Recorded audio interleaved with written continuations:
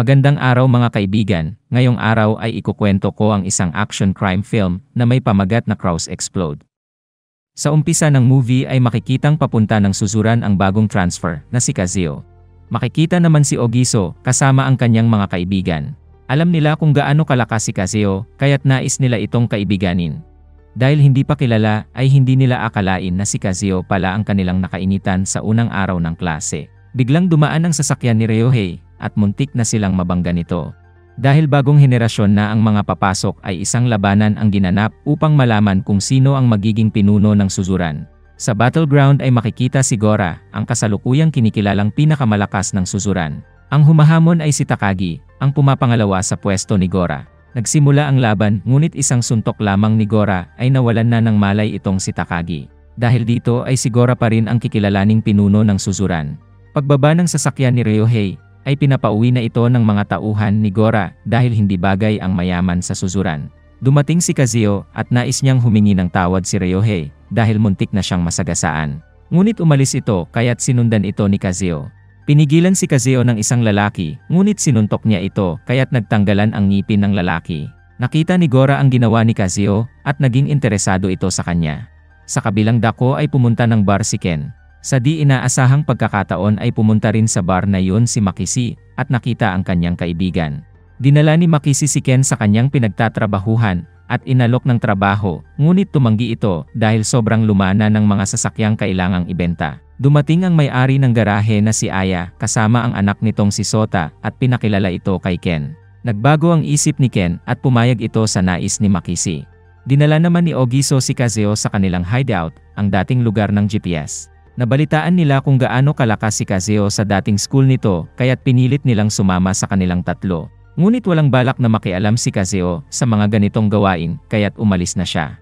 Ang kasalukuyang leader ng susuran ay si Gora na tinatawag nilang bullfighter. Ang pangalawa ay si Takagi at dahil natalo ito ni Gora ay sumapi na ito sa kanila. Ang pangatlo ay si Choji, ang pinuno ng 5 Shimas. Ang pang-apat ay si Honda, ang vice head ni Gora. Dahil nasa iisang grupo ang apat na ito, ay hanggang nito ang pinakamalakas sa susuran. Ang panglima naman ay si Kazuo. Ang pang-anim ay si Terada. Ang pang-pito ay si Yamashita, isa ring transfer student at binansagang Black Dynamite. Hindi naman nila malaman kung gaano kalakas si Rindaman, ngunit kasali ito sa listahan. Wala naman silang sapat na impormasyon kay Ryohei, kaya't di pa nila alam kung gaano ito kalakas. Sa araw na iyon ay hinarap ni Yamashita si Terada upang alamin kung sino ang mas malakas sa kanila. Pinagmasdan na lamang ni Gora kung paanong pinabagsak ni Yamashita si Terada. Isang araw ay may pumuntang customer sa garahe. Habang ini-inspeksyon ang sasakyan ay natanggal ang wiper nito kaya't sinabi ni Ken na sadya yon upang mapadali ang paglilinis. Sa kabila nito ay kinuha pa rin ng customer ang sasakyan. Habang kumakain ay nagyabang si Ken at sinabing kaya niyang ibenta lahat ng sasakyan na naroroon. Binanggit niya rin kailangan ni Aya ng makakatulong upang alagaan ang kanyang anak. Biglang dumating ang mga kumukuha ng basura at kasama nito si Sota. May sugat ang mukha nito dahil nakipag-away ito habang pauwi. Nakita ito ni Ken at sinabing mga tauhan ito ng Otsugumi. Isinama ni Ogiso si Kazuo sa isang bar, ngunit hindi ito sanay sa ganong mga lugar. Dumating sa bar si Shibata, ang leader naman ng school na Kurosaki Industrial. Pumunta ito sa unahan at sinuntok nito si Kogoro. Sinuntok ito ni Moroyama, ngunit hindi man lang ito ininda. Binugbog ang dalawa habang nagtatawanan ang mga kasama ni Shibata. Biglang lumapit si Kogoro upang humingi ng tulong. Dito ay naalala ni Kazuo ang kanyang ama noong dinadala nila ito sa emergency room. Nagalit si Kazuo at nakialam siya sa gulo. Isa-isa niyang pinabagsak ang mga tauhan ni Shibata. Malakas nga itong si Shibata at hindi man lang ito nahirapan sa mga kumuyog sa kanya. Biglang nagkaharap ang dalawa subalit paparating na ang mga pulis kaya't tumakbo na sila palabas. Napahanga si Shibata kay Kazuo at naalala nito ang kanyang kaibigan na nakulong.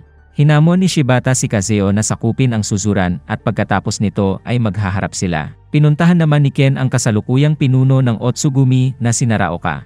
Kilala niya ito noong nasa Yakuza pa siya kaya't natuwa itong makita siya.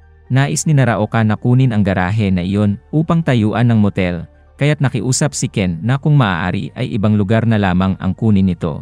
Subalit hindi nakinig si Naraoka dahil alam niyang karaniwang tao na lamang si Ken.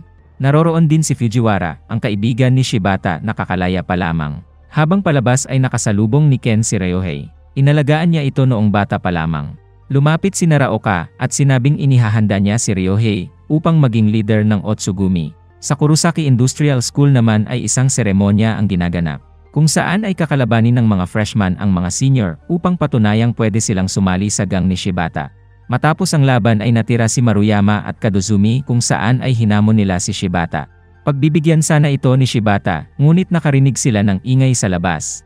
Nakita niya si Fujiwara at sinabi nitong paliliguan siya ng asido. Binalaan rin siya nitong mag-iingat dahil miyembro na siya ngayon ng Otsugumi Gang. Binisita ni Kazuo ang puntod ng kanyang ama kasama ang kanyang ina. Muli niyang naalala noong nag-aagaw buhay ito. Hinatid siya ng kanyang ina sa school kung saan ay nakita siya ni Ogisu. Isinama siya nito sa isang bathhouse upang mag-relax. Umahon ang dalawa upang pumunta ng sauna. Ngunit may bumugbog sa dalawa kaya't bumalik ito sa kanya. Bumangon si Ogisu upang hamunin kung sino ito, ngunit malalaking tao ang mga iyon kaya't hindi nila kinaya. Nagalit si Ken dahil sa ingay ng mga ito, ngunit may mga kasama pa pala ito. Dahil hindi nila kaya ay pinalabas sila ng mga ito, at ang naging resulta ay tumakbo sila ng hubot-hubad. Kinaumagahan ay bumalik si Ken sa suzuran at hinanap niya si Ryohei.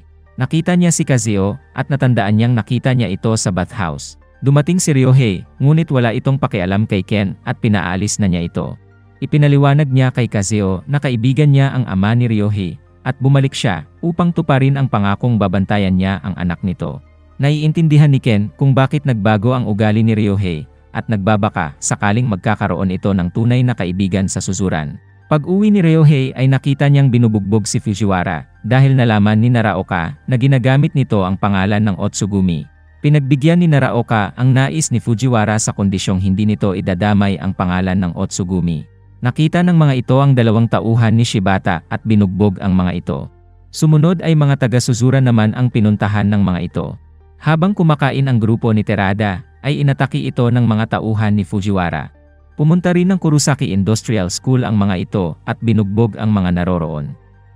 Ang huling utos ni Naraoka ay ang wasakin nito ang garahe ni Aya. Upang hindi makilala ay nagtakip ng mukha ang mga ito. Winasak ng mga ito ang mga sasakyan, kaya't lumaban si Ken. Binugbog siya ni Fujiwara, ngunit natanggal niya ang takip nito sa mukha kaya't nakilala niya ito. Dahil nakilala sila ay nagmadaling umalis ang grupo. Habang nasa bus ay pinag-uusapan ni Nagora ang tungkol sa ginagawa ni Fujiwara. Nang tumigil ang bus ay biglang pumasok ang grupo ni Fujiwara. Hinarap ni Takagi at Honda sina Fujiwara subalit nabugbog ito kaya't lumabas ng sasakyan si Gora. Hindi siya kaya ng mga nakaabang sa labas kaya't nakatakas ito. Napag-usapan nila si Fujiwara at nalamang hindi pala kinaya ni Fujiwara si Shibata kaya't binuhusan niya ito ng asido dahilan upang makulong ito. Biglang dumating si Yamashita at naghahanap ito ng kalaban. Dahil sa ingay nito ay nagising si Kazuo. Inatake siya ni Yamashita subalit isang sipa lamang ay nawalan na ito ng malay at nagpalutang-lutang sa tubig. Umalis si Kazuo at nadaanan niya si Ryohei kung saan ay hindi niya nagustuhan ang titig nito. Naputol ang kanilang usapan nang dumating sina Ogisu at napansin nitong tila may kung ano sa dalawa. Tinipon ni Gora ang kanyang mga tauhan dahil kinidnap ng grupo ni Fujiwara si Honda. Dahil hindi pa nagdidesisyon si Gora ay sinabi ni Terashima na siya ang gagawa ng paraan. Habang palabas ng school ay nakita nilang akay-akay ng mga tauhan ni Shibata si Honda.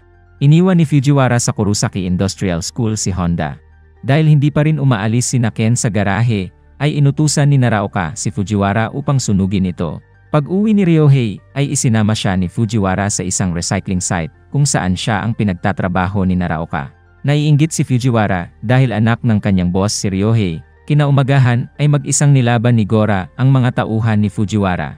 Tinanong ni Gora ang isang lalaki kung nasaan si Fujiwara at sinabi nitong alam ni Ryohei kung nasaan ito. Biglang may sumaksak sa likod ni Gora subalit hindi siya nito kayang pigilan. Bumalik ito ng suzuran at pinuntahan si Ryohei. Sinuntok ni Ryohei si Gora kaya't bumagsak ito. Nasipan niya ang sugat nito kaya't hindi na nakabangon si Gora.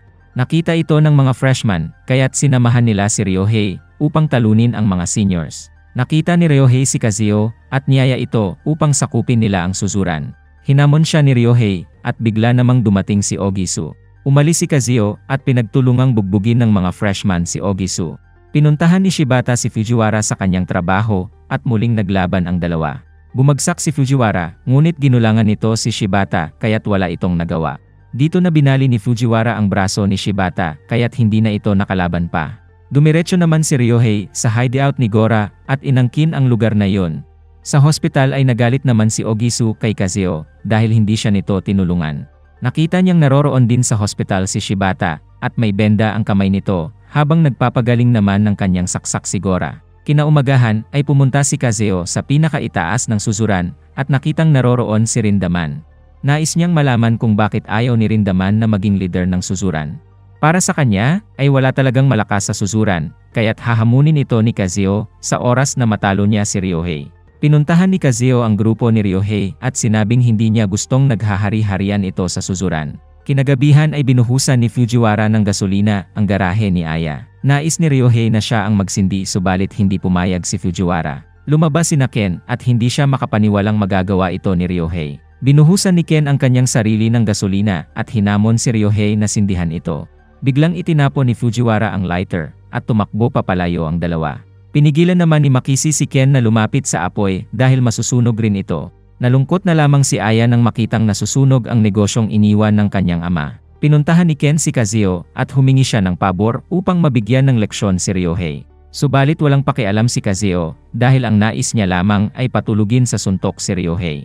Kinaumagahan ay nakita niya sina Ogisu at hindi pumayag ang mga itong mag-isa niyang haharapin ang mga freshman. Inutusan rin ni Shibata ang kanyang mga tauhan upang tulungan si Kazeo sa laban. Naroon din ang grupo ni Gora subalit sa laban na ito lamang sila nito tutulungan. Naghihintay naman sa rooftop si Ryohei habang nag-aabang sa baba sina Fujiwara at mga freshman. Dumating sina Kazeo at nagsimula ang madugong labanan. Mas marami ang freshman ngunit mas sanay sa basagan ng mukha ang mga seniors. Sinimulan namang burahin ni Ryohei ang mga pangalang nakasulat sa pader. Hinarap naman ni Fujiwara si Gora at hindi naman pinagbigyan ni Takagi ang mga freshman na talunin sila. Sa laki ng katawan ng isang ito ay hindi nito ramdam ang mga atake ng freshman. Gumanti naman si Honda sa lalaking nagbugbog sa kanya noong kinidnap siya ng mga ito. Napabagsak ni Gora si Fujiwara subalit sinipa siya nito sa bayag kaya't natumba rin ito. Sinipa ni Fujiwara ang sugat ni Gora kaya't nanghina ito. Dumating si Shibata at hinamon nito si Fujiwara sa kabila ng kanyang baling kamay. Nahirapan naman sa malaking freshman si Ogisu, ngunit mas sanay siyang makipaglaban kaya't nahulog ito at hindi na nakabangon pa. Nabura na lahat ni Ryohei at siya namang pagdating ni Kazeo. Inatake ni Fujiwara si Shibata at pinuntirya ang kamay nito. Natanggal ang damit ni Shibata at nakita ang nasunog nitong balat na gawa ni Fujiwara. Nawalan na ng ganang lumaban si Fujiwara dahil tila nakonsensya ito sa kanyang nagawa. Bumangon si Gora at hinamon si Fujiwara subalit umalis na lamang ito. Lumingon si Fujiwara at humingi ito ng tawad sa mga nagawa niya kay Shibata. Kapag natalo ni Ryohei si Kazeo ay nais niya itong maging kaibigan at nagsimula ang laban. Malakas ring kalaban si Ryohei, ngunit isang malakas na suntok ang pinakawalan ni Kazeo at naalala ni Ryohei ang mga itinuro sa kanya ni Ken. Naalala rin ni Kazeo ang pagkamatay ng kanyang ama na dahilan kung bakit naging malungkot ang kanyang buhay. Sa huling atake niya ay bumagsak si Ryohei at nawalan ito ng malay. Tinulungan ni Ogisu si Kazeo upang dalhin si Ryohei kung saan ay sinalubong sila ni Ken. Sinabihan ni Kazeo si Ken na kapag nagising na si Ryohei ay hindi na ito nag-iisa dahil magkaibigan na sila. Nagsaya naman sila sa bar upang ipagdiwang ang kanilang panalo. Makikita rin sa dyaryo na hinuli ng mga pulis si Naraoka dahil sa pagsunog ng garahe ni Aya. Muling nagbukas ang garahe at masaya na si Ken at Makisi sa isang tahimik na buhay. Kasama ang grupo ni Ryohei, Gora at Shibata ay hinarap ni Kazeo si Rindaman. Mula naman sa malayo ay pinagmasdan na lamang ni Fujiwara ang magaganap na laban.